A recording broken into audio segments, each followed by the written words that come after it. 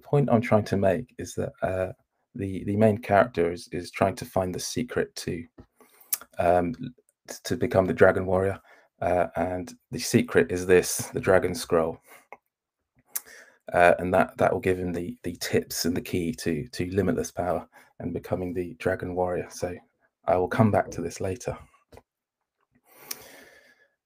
My tips. There's no. I don't think there's a single way to approach the exam. I will share with you what my approach.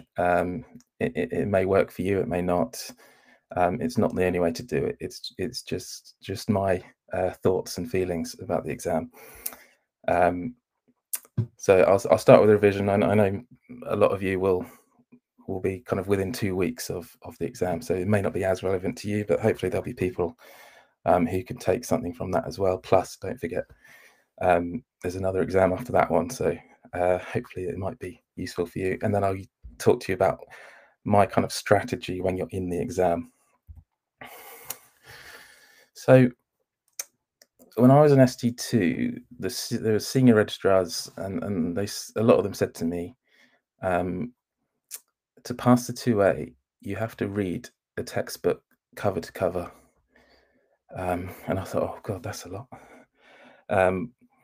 So, okay, fine. So I got core radiology. I started reading it, and I got about halfway through chapter 1, lung. Got about to a few hours in, got to interstitial lung diseases, and I thought, this isn't working. I'm not really taking anything in, so I kind of abandoned that approach at that stage. What we seem to find, I don't know if you find it in your deaneries, but in the Southwest Peninsula, it seems to be kind of two camps. One camp says you have to read a textbook cover to cover. The other camp says you don't. You can use other resources, and there are other resources, online resources. Obviously, there's Radiopedia, there's StatDX. There's also the RITU modules, which I think are extremely good. That obviously they're official RCR curriculum, so I think they're good. The problem with them is that they're quite clunky, and they can be extremely laborious to go through. So the ones that I have done, I haven't done all of them, but the ones that I have done seemed very good. And then we move on to practice books. I mean, once you're close to the exam, then a lot of your time is going to be doing practice questions, and I think that's a good thing. I think you need to do lots of practice questions. Try and do as many as you can, really. Get hold of as many questions as you can get hold of. And then if you do them all, then do them again. The higher quality ones, obviously, more so than the lower quality ones, and watch out for mistakes, because some of them do have mistakes. And then don't do the questions. So you can use the questions as a kind of a springboard to further your learning. So you're either using Radiopedia or StatDX, and that's what I did in the final couple of months. That's basically what I was doing. And don't forget, you are learning on your normal working day, so try to kind of take in as much educational experience as you can. This is what I call minimizing the dead time, or passive revision. So when I was ST2, I was working in a kind of more peripheral hospital, so I was commuting, leaving work at 7:30 in the morning. So using things like podcasts is quite a good way to kind of get some kind of passive revision while you're kind of commuting. So these are the songs for FRCR. I thought was excellent. I listened to those podcasts, multiple times. I thought they're really good, and thank you for thank you for providing these to us. They really did help me in the exam. I actually listened to it at 1.5 speed, and the reason for that is because they all the points they're really pushing you on kind of repeating yourself. So I was able to get through more like that. This Radiology Review podcast is an American one for the kind of core exam that they have in America, and it wasn't really available a couple of years ago when I was doing the 2A, but I did use it for the 2B, and I think in retrospect, I think that would have been a very good resource as well. In terms of webinars, so This is an American radiology registrant called Francis Deng. Um, and this is a tweet he put. So you can download an extension to your browser that you can choose the speed of your videos. So this can be really good. If you want to kind of watch a webinar at faster speed, I commonly use 1.5, and you can pause it, you can rewind it, you can kind of watch it again and again. I think that's the useful thing that you can do, because sometimes watching people at kind of normal speed is great, but you can just get a little bit extra by downloading that. So that's a great tip by Francis Deng. So the exam itself, so it's not modular anymore. So it's now one exam, but they tend to give you equal amounts. So you're going to get roughly 40 questions of each, or in fact, exactly 40 questions in each module. So if you think about it, you're going to get 40 GI questions, whereas you're not going to get 40 head and neck, because it's in the same module as neuro. So you're probably going to get less than 20, maybe 15. So in terms of revising, you want to kind of put more of your time into the kind of GI and pediatric than you would for, say, head and neck or breast, because you're going to get less questions, and it's about kind of maximizing your kind of mark scoring opportunities. So make sure when you're doing your revision that kind of each module gets the kind of same amount of time.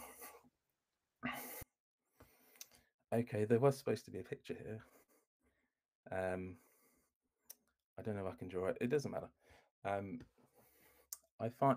Did any of you watch any of those TV shows about Darren Brown, or the kind of World Memory Championships? And they also talk about using visual cues. So if you're trying to remember something, you can kind of imagine a picture in your mind, and it will help you remember, like, let's say, like a list of numbers, or the London A to Z. I think Darren Brown did. And you assign a kind of picture to a fact. So one of the things I did, I drew a picture on this slide, but it hasn't come up. So I'll give you an example. So if I wanted to remember Canavan disease, what I imagined was a caravan, because it sounds like caravan. And then on the side of it, I kind of painted a big U, because it involves the U fibers. And then there's a big flag coming up from the middle. Yeah, there it is. There's a big flag coming up from the middle that says NAA, because one of the unique features of Canavan disease is that on spectroscopy, the NAA is raised, whereas in everything else it goes down. And then at the front, you can see like a car, and the car's driven by a guy called Alex, and that's supposed to symbolize Alexander's disease, which is kind of frontal or anterior predominant. So I did the 2A 2 years ago, and I still remember this quite vividly. So it really does work. It takes a lot of time to kind of come up with it. It takes a lot of kind of imagination and creativity, which can be quite hard. But it works. If you want to try it, just try it. I think it works. Family.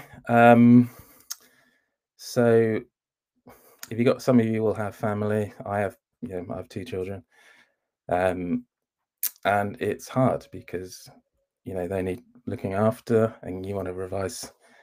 So you are kind of putting a bit of a burden on your partner, especially at the weekends, when the exam's coming up. So you have to kind of come to some kind of mutual agreement, that you're working together to get yourself through the exam. And then after the exam's finished, then you can kind of plow that effort back into your own family. So it's just something to think about. Okay, so going to the exam itself. So the questions will have a vignette, then a question, then 5 options. So what I do is I don't look at the options, I don't look at the STEM, I look at the question. And the reason for that is because when I was doing practice questions, I found I was catching myself out because I was kind of glossing over the question a bit. So instead of saying what's the most likely diagnosis, they were saying what's the least likely diagnosis. I glossed over that, put what I thought was the most likely, and then I was getting it wrong. So what I do now is I read the question first, don't look at the answers, then read the STEM, and then finally you look at the answers. So that's what I did, and I did it for every question. And I find that I stop myself from doing that. So here we go. Let's try that then. This is just to kind of demonstrate what I mean. So this is the first question. So 50-year-old woman develops a non-tender nodule within the left submandibular gland. Ultrasound reveals a hypoechoic, mildly lobulated lesion, 1 centimeter in diameter. Should we bring up the thing? So we'll give you a few seconds for that.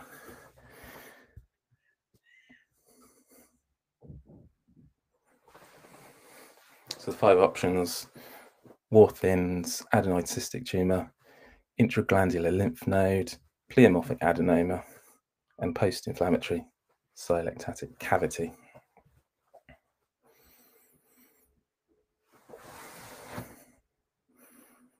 Just give you a few more seconds.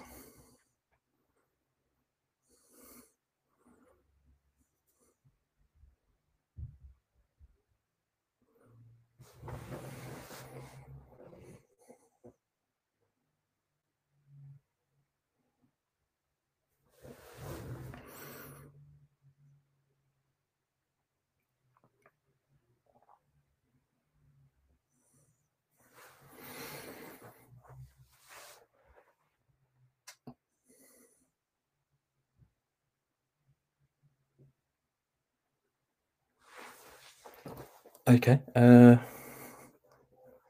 we close it there? Yep, showing the results now. Okay, so here we go. So the correct answer was C. When I answered this one a few days ago, I got it wrong because I didn't do what I said I was going to do. And I missed the fact that the question was, what is the least likely diagnosis? So I put pleomorphic adenoma, thinking that was the most likely diagnosis. So yeah, so this is just stick to your own system. Doesn't have to be my system, but your own system. So the least likely diagnosis in this case, the correct answer is C, intraglandular lymph node. All the options are feasible in, say, the parotid gland, which has lots of intraglandular lymph nodes. In the submandibular gland, they tend not to have any lymph nodes. They shouldn't have any lymph nodes. Obviously, never say never, but that's the least likely. All the other options are possible in all salivary glands. So that's why the answer is C. Okay.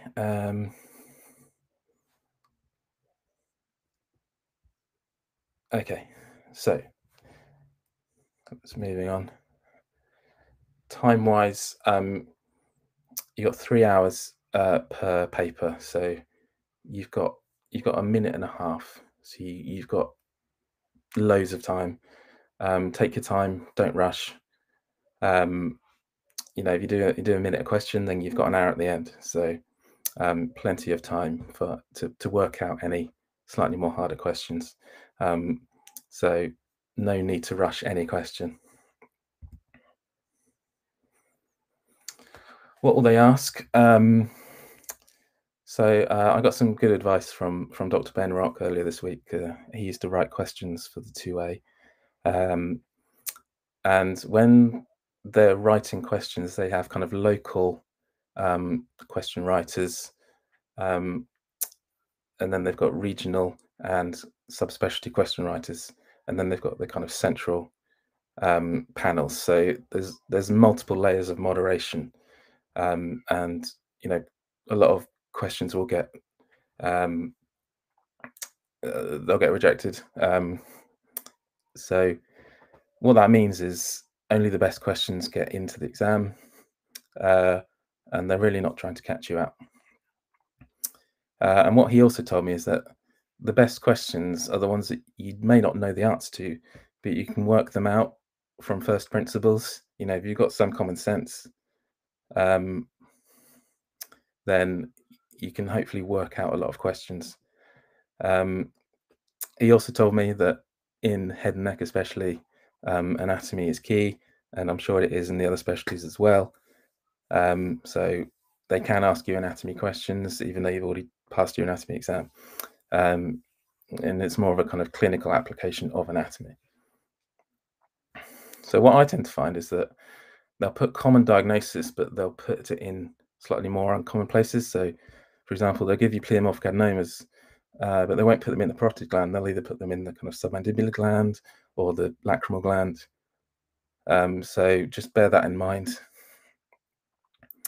I also think they can give you rare conditions that have specific imaging features. They lend themselves quite well to exams, and I'm going to come to that in a moment. Okay, so here's an example. So next question, 64-year-old man, past medical history of alcoholic liver disease and pulmonary emphysema, presents with a 3-week history of hoarse voice. Indirect laryngoscopy demonstrates left vocal cord palsy. Which imaging investigation is most likely to demonstrate the cause of the vocal cord palsy? Okay. Do you want to select one of the answers?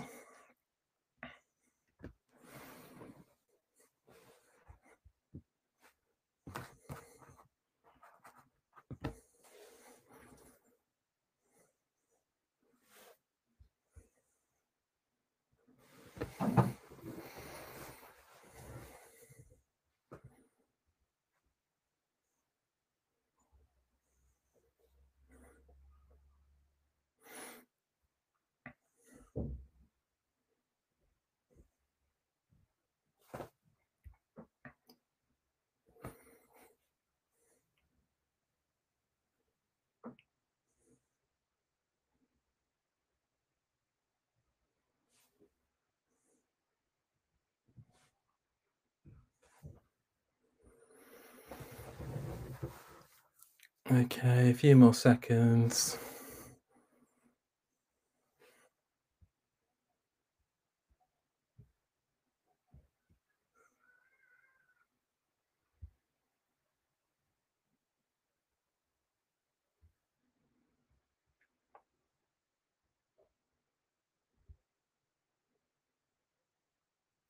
Should we close that there?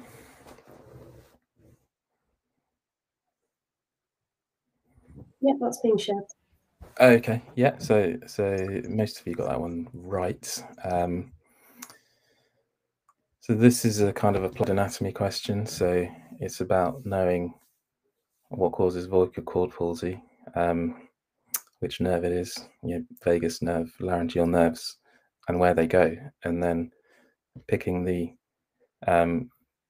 imaging modality that covers the whole length of the nerve. So you need to image from the brainstem down to the vagus nerve, and then down to the aortic arch and AP window, because that's where the recurrent laryngeal nerve goes, and so that's the only option that images all of those things. The rest of them would be reasonable in specific circumstances, but the question asking which is most likely to demonstrate the cause, it would be the one which covers the whole length of the nerve, so that's why that's the correct answer. Okay. So in terms of the question stem, so the demographics are important.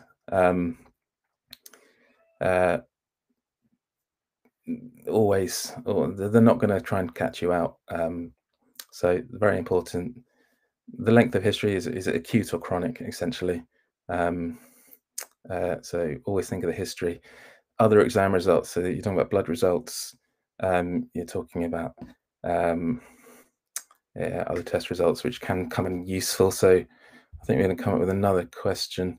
So this is a question trying to demonstrate that. So 40-year-old Caucasian labourer presents with altered consciousness.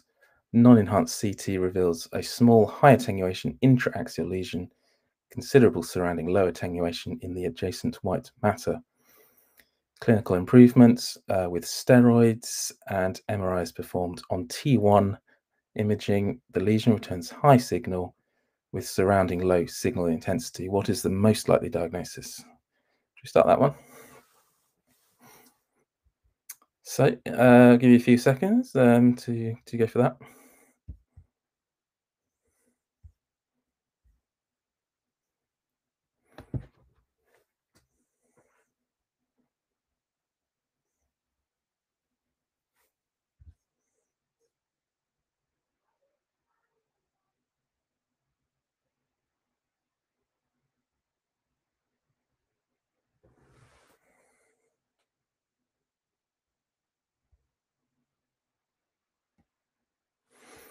Okay, a few more seconds.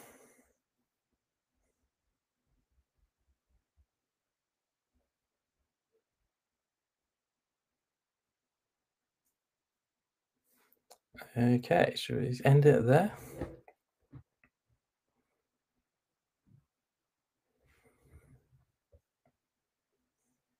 Results now. Okay, great. Yeah, I mean, almost all of you have got it. So, so this is one which the demographics here is important. So they've gone out of their way to tell you that it's a Caucasian and they're a labourer. So the only thing they haven't mentioned is that they work in Australia, and then you'd pretty much be home and dry without any other details. But you have to make sure everything kind of lines up. So everything kind of is pointing towards melanoma. So that's why that's the correct answer. The T1 high signal intensity being the main one. Okay, should we go to the next? Back to the slides. Here we go.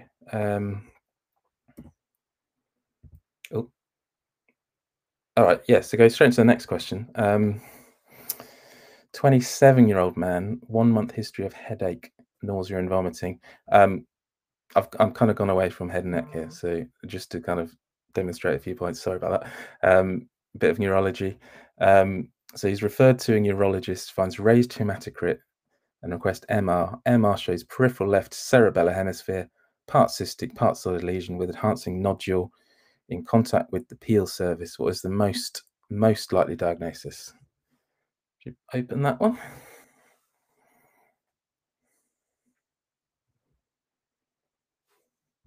Okay, put your votes in.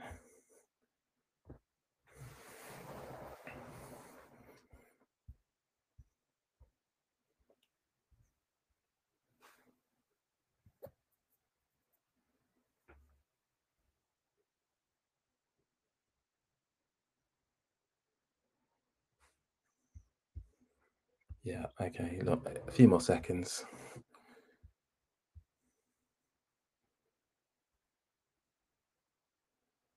Great stuff. Okay, we'll close it there. Most of you are getting it. Yep, sharing.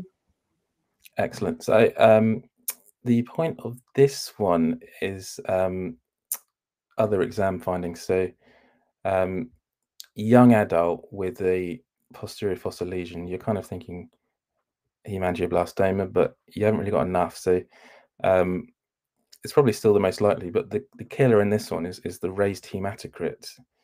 And if you know that that's associated with hemangioblastoma, then you're pretty much home and dry. So this question is kind of demonstrating the importance of knowing about those kind of extra tests that can kind of nail the right diagnosis. So that was the point of that question.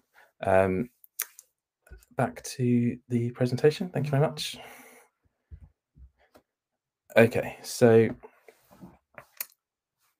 as hard as the RCR work to make the exam as close to real life as possible, it's impossible to do that. And I think as a whole, if you put all the FRC exams together from part 1 to part 2B, then you've got a well-rounded exam. And the 2A is more of a kind of knowledge exam. So what happens is that you've got this kind of artificial situation where there's a kind of slight disconnect between exam and real life. And I refer to this as exam thinking.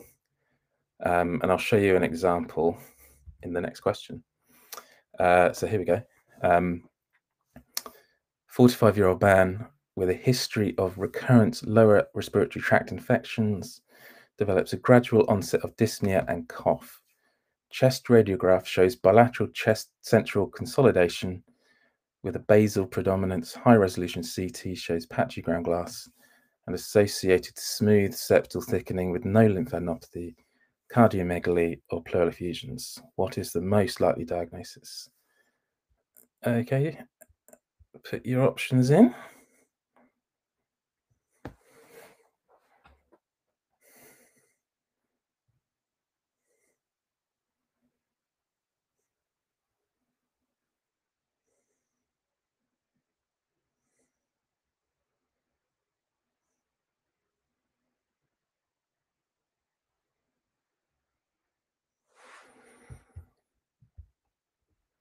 Okay, give you a few more seconds.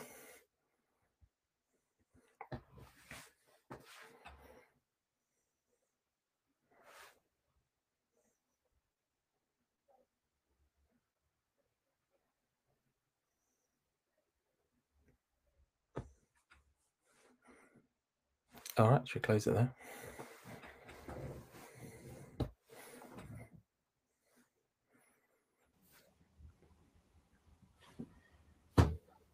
So, yeah, so most of you got it.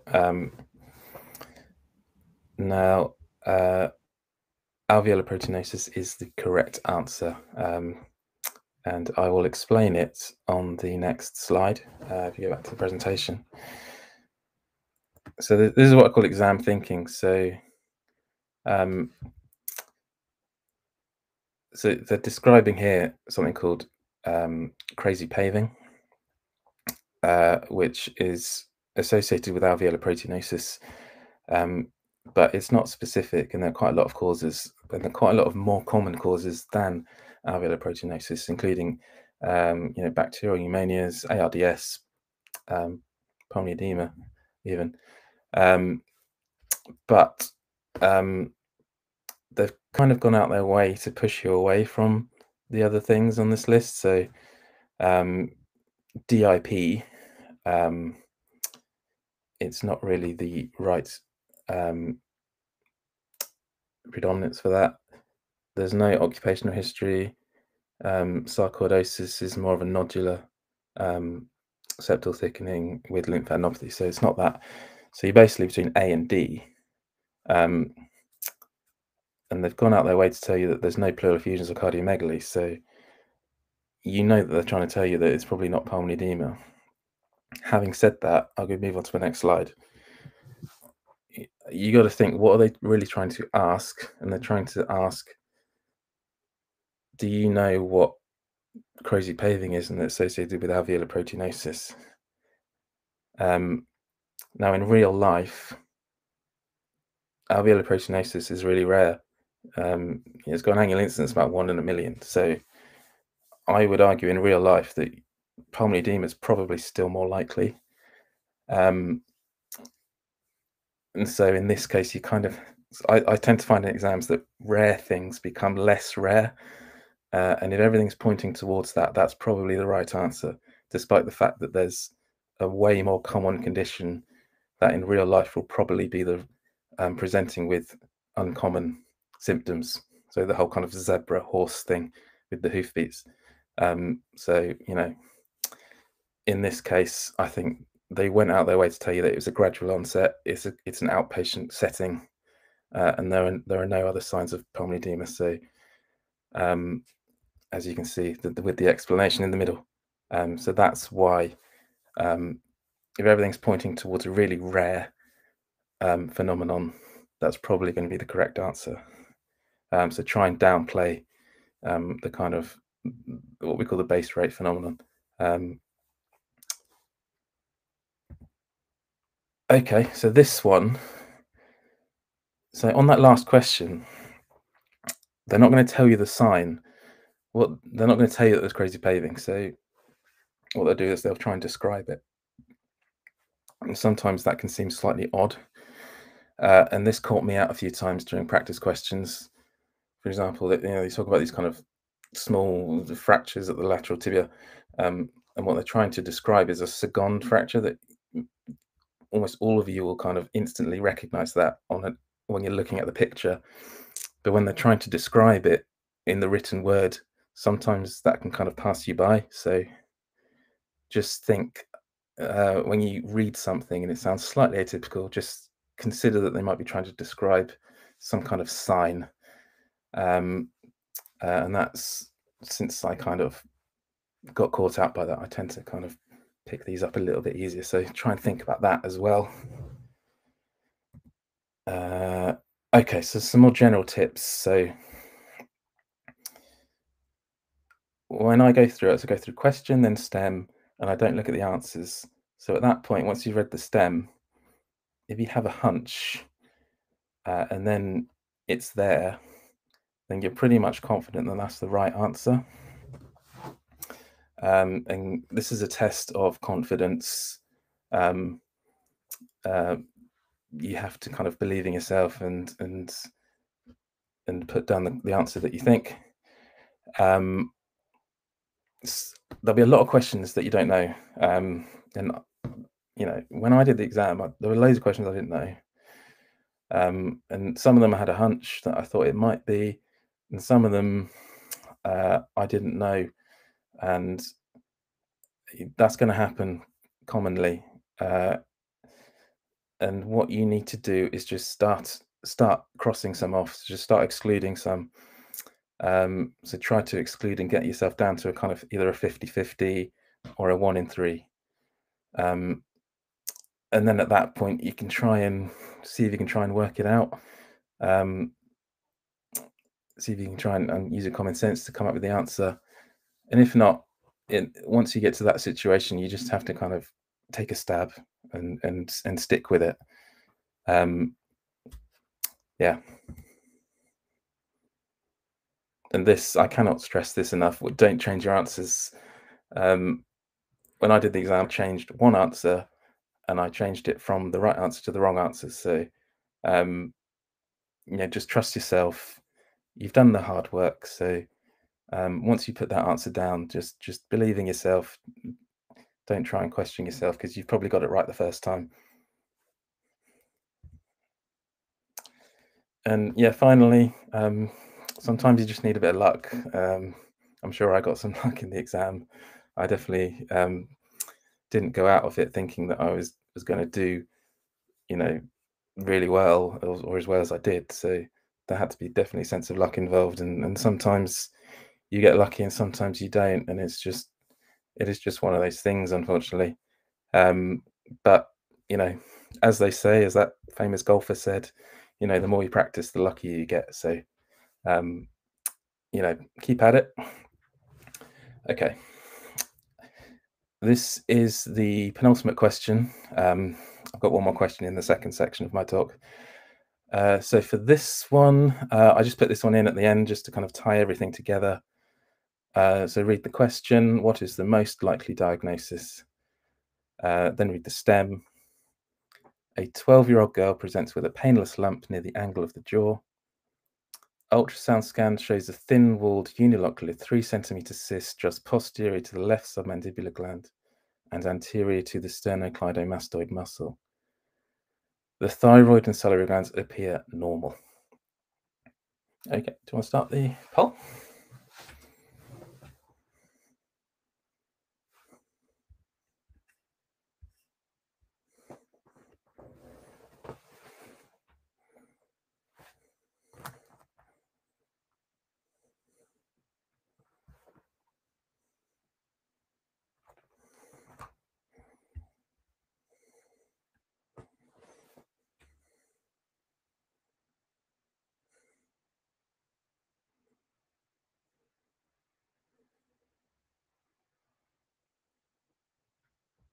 Okay, should we end it there?